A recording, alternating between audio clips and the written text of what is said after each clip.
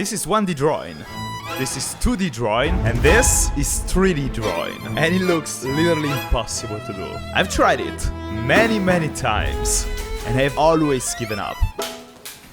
Until today, because I found 2 steps that will allow anyone to get there. I'm gonna master 3D drawing today. Step 1 out of 2, perspective. If we wanna learn 3D drawing, we gotta understand how to use perspective. And to achieve that, I wanna try to draw the most famous 3D drawing ever. I wanna draw a 3D letter. Step number 1, folding the paper in half. You see why later. Step 2, we're gonna draw the shadows using this color right here. You simply draw 2 parallel lines slightly on the side. Step 3, we're gonna draw the actual letter using this black marker. You're probably asking yourself like, what? Why? You see what I mean in a minute, I swear. Now for step 4. I'm gonna draw all the steps of the letter. In the past, I always messed up this part because I couldn't draw the lines symmetrically. But this time, I was gonna try to be as precise as possible. It wasn't perfect, but I was confident, okay? And now, final step, I'm gonna draw all the shadows for the steps of the letter. The secret here is that you gotta line up each shadow with a step. If there are too many shadows or not enough, it's not gonna work. I wasn't sure if this was good enough, but I kept going anyways. And believe it or not, the drawing was actually done.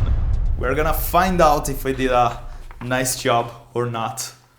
Maybe you're starting to see the trick here, but if not, I swear it's gonna blow your mind. Remember, this step is all about perspective. So by bending the paper like this and changing the angle, I got a huge surprise. No way you think it actually worked! Okay, so it wasn't perfect, and I knew I could do better. So I tried again using a ruler, and it turned out even better. After this letter, I think I got it. Perspective in a 3D drawing doesn't really work like in a 2D one. It only works if you look at the drawing from the right angle. Having completed step 1, I wanted to draw the M once again, which was lucky because somebody had broken the first one. You see? I actually don't see.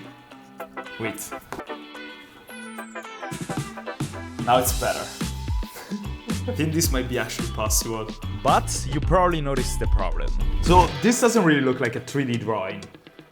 Yet. And simply because we're missing step number 2. Second step is shadows. And it's probably the most important part in a 3D drawing. And unfortunately, it's also the hardest one. And since I don't want to mess this drawing up, I'm gonna practice shadows on a new drawing, and we're gonna go back to this one later. What I want to do right now is a hole in the paper. Specifically, something like this. It is insanely cool. If I could get this right, my chances of perfecting the 3D letter were gonna be exponentially higher. Step 1, creating the structure. Starting with drawing the perimeter. This is gonna become a hole. Hopefully. Believe it or not, the most important part of the structure was this diagonal line. You might be wondering why, but this was a fundamental part of creating perspective later. At least that was the theory, but I was kinda skeptical at this point. Next, I needed to draw these horizontal lines. To make this part work, each line has to be a bit further away than the previous one. That was gonna create the illusion that some lines were actually further away. Then, to finish the structure, I drew the vertical lines. The key here is that each line had to be connected to a horizontal one. Now, I was starting to see why that diagonal line was so important. With the horizontal and vertical lines attached to it, some parts of the drawing were already looking further away. Yes. I think the structure is kinda done, but now the biggest difference is gonna be shadows. If I do this correctly, this is gonna be insane. That's right. There is a reason shadows are so important in 3D drawing. Basically, our brains are extremely vulnerable to illusions. They try to make sense of what we see based on the information they have. And because we are so used to seeing shadows on real objects, that means using shadows in drawings, combined with perspective, can trick our brains into thinking it's literally a 3D object. But before shading, I wanted to make the drawing stand out. So I drew the lines, and this definitely helps. And now, it was time for step number 2, drawing the shadows. The shadows at the bottom of the hole are gonna be darker than the top of the hole. So I think I'm gonna have to fade them. Easier said than done. I started with a B pencil to create the base layer of the shadows. I really didn't want to mess this up, so I was being super light with the pencil. Like, you can barely see what I'm drawing, but I had a plan to make it better. So this one is the base layer, and now I'm gonna try to darken them. The technique was simple. I was gonna go back over the shadows, but using a slightly thicker pencil each time. And then I was gonna stop one section earlier with each pencil. That meant the closer a section was to the bottom of the hole, the more times I would shade it, and the darker it would become. So now with a 4B, we're gonna stop at the third level. I hope this is gonna work. I mean, it's looking good, but I'm not sure. So I repeated this process all the way up to an 8B, and the shadows were almost done. And now it was time for the final part of step 2. I'm gonna try to fade it with a toilet paper. Fading the shadows basically means blurring the lines so they look even more realistic. I was super focused because I didn't want to mess this up now, but after adding only half of the shadows, I was getting excited.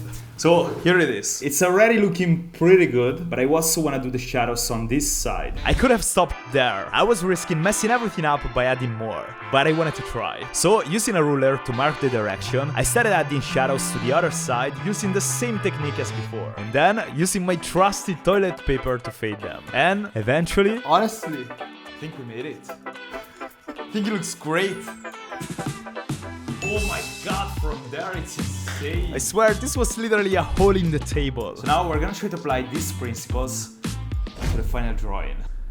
It's gonna be insanely hard, but I can't allow myself to mess this up, because if I do it right, it's gonna be absolutely insane. Let's try it. Alright, I gotta start with the shadows. I don't wanna mess this up, but I gotta do it. The goal with this letter is to make it look like it's coming out of the page. But I was so worried about making a mistake. I'm gonna try to do them light, and then I'm gonna do the actual shadows. And at the end, I'm gonna try to fade them. So I started with step 1, shading the whole drawing, but pressing super lightly with my pencil. I was shading the background and the sides of the letter, trying to use what I learned to make it 3D. So the first round of shadows is done. Not sure this is working. Now I'm gonna make them darker. But as I started step 2, I was getting nervous. I'm sweating. Don't forget, guys, I don't draw. I'm not an artist. And now the shadows were becoming more complicated, and the harder it was gonna be to fix any mistakes. But eventually, I completed the second layer of shadows. And honestly, it was looking pretty good. Now for step 3. Time to use my toilet paper and fade the shadows.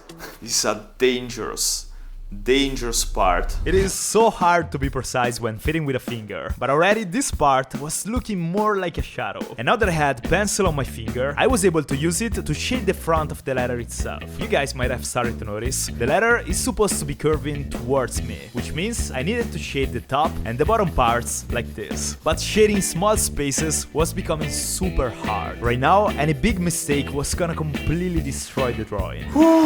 It's so intense.